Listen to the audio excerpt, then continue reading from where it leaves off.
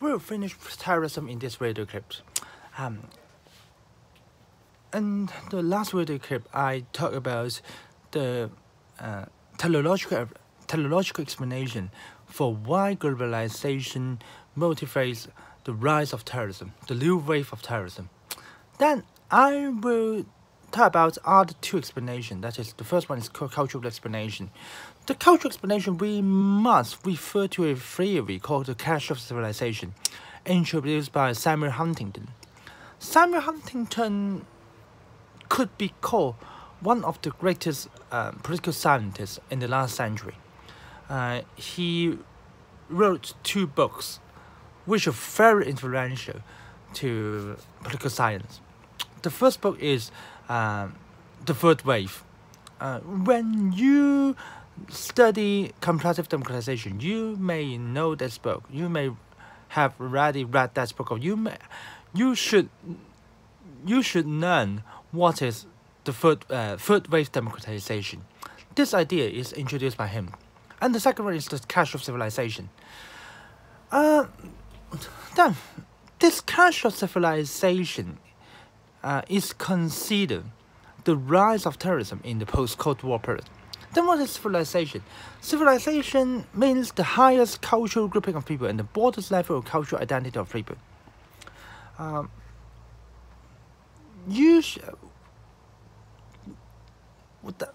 That is the highest level of cultural grouping. And then what is civilization? The content. There are some common objective elements. Two elements of civilization, common objective elements, including your language, history, religion, customs, and institutions. Same civilization shares same this kind of objective features. And the second one is subjective self-identification. This is more important because civilization, by its nature, is very subjective. You and I can associate ourselves with Western civilization, but the Westerners may not accept us as a part of or as members of Western civilization. You may consider yourself Japanese, but Japanese do not consider you a member of Japanese civilization, and then so very subjective. Huntington divided the world into 9 civilizations. I'll go back to this map later. Then why civilization clash?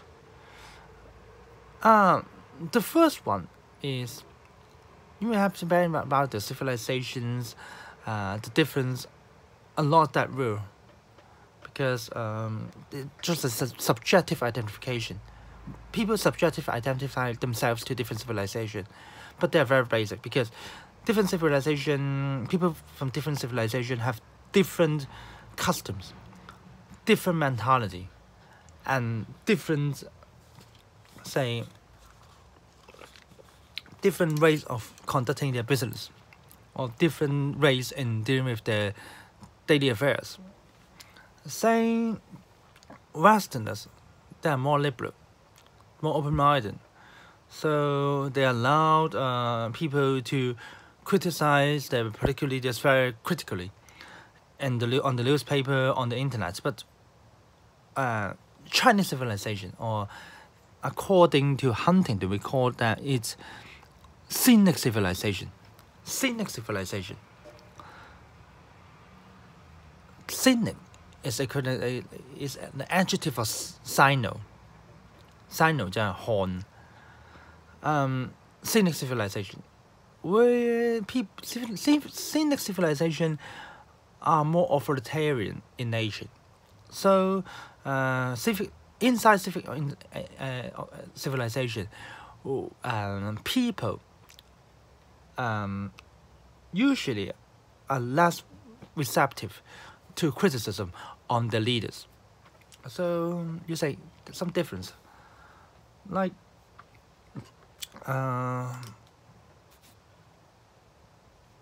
okay, and the second one, the world is becoming a smaller pace, but because That make a big difference. It make a difference. Of course, civilization is very subjective, but it make a big difference. So people from different civilizations have the different ways of life. Then in the past, before the age of globalization, people live in different parts of the world. So people from different civilizations rarely interact with each other. But nowadays, people, because of the globalization, people from different parts of the world interact with each other very frequently. So different interaction between people from different civilizations are increasing. This intensifies civilization consciousness and awareness. For instance, like here, the mosque in Shimsha.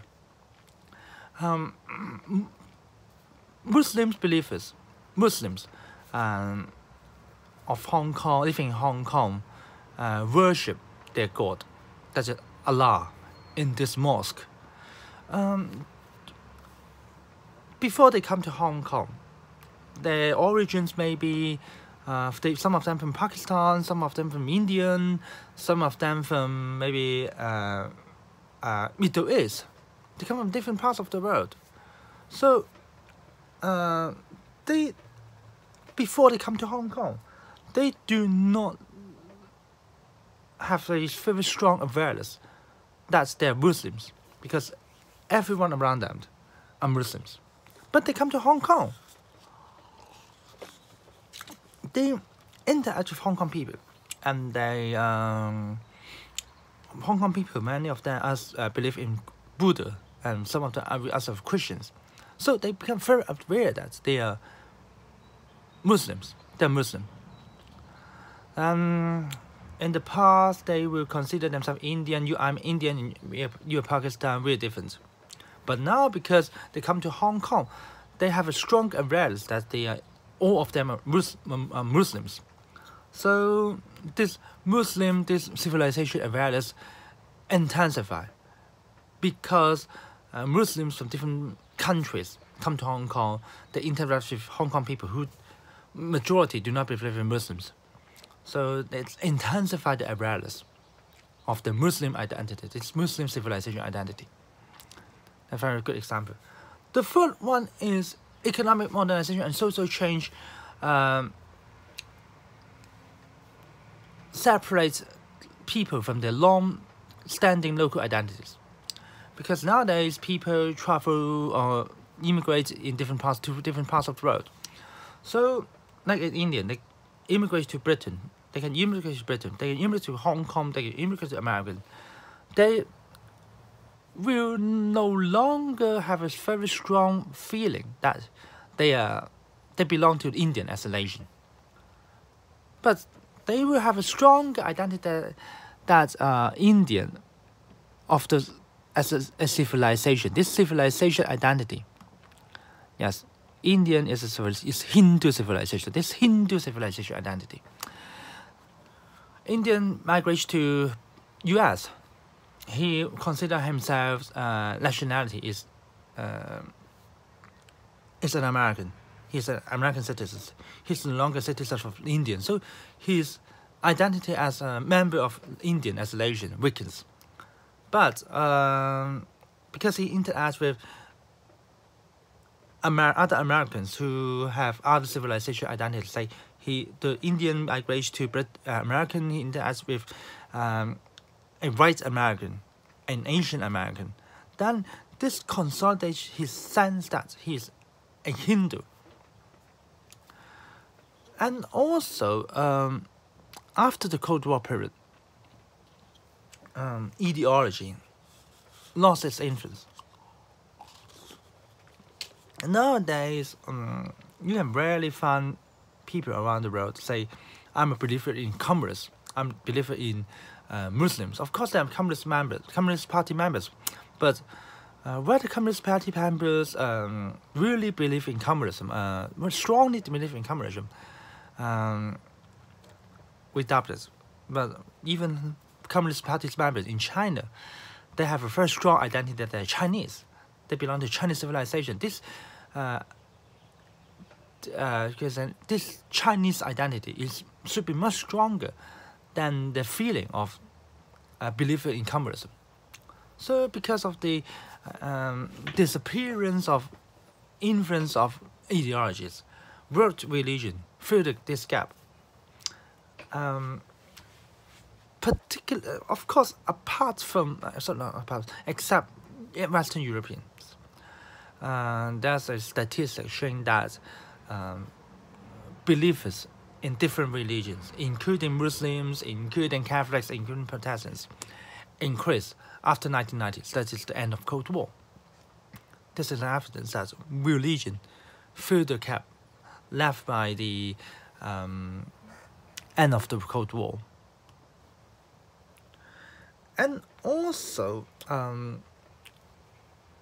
this civilization consciousness is enhanced by the dual role of the West. Firstly, the West is at the peak of power, but at the same time, the non-Western consider, and at the same time, there's a return of roots phenomenon occurring among non-Western civilization. This is also an effect of the interaction between different civilizations. So, because of the strong awareness of the non-Western identity, then people who are non-Westerns, they feel that they have some conflict with the West, because you can say jealous, but you can also say that disappointments about the hegemony of the West. Then the fifth one is cultural characteristics and differences is less easily compromised, can be less easily compromised and resolved than political and economic conflicts, economic difference. For instance, like economic difference, like the trade war between China and US, it is easy for China and US to make a deal. Like China would like to, China agreed to open its markets and also buy more US products. Then the trade deal then the economic conflict between China and US has already been settled. At the same time, political conflicts, like the conflicts between maybe Northern Ireland and Britain, also has already been settled by the Northern Ireland peace settlements. But cultural conflicts or religious conflicts, say the conflict between Sunni and Shias, which are the two main branches of Muslims, of Islam, Sunni 派什叶派 in Chinese, Muslim, Sunni and Shias. It's just nearly impossible to resolve their conflicts. Why? Because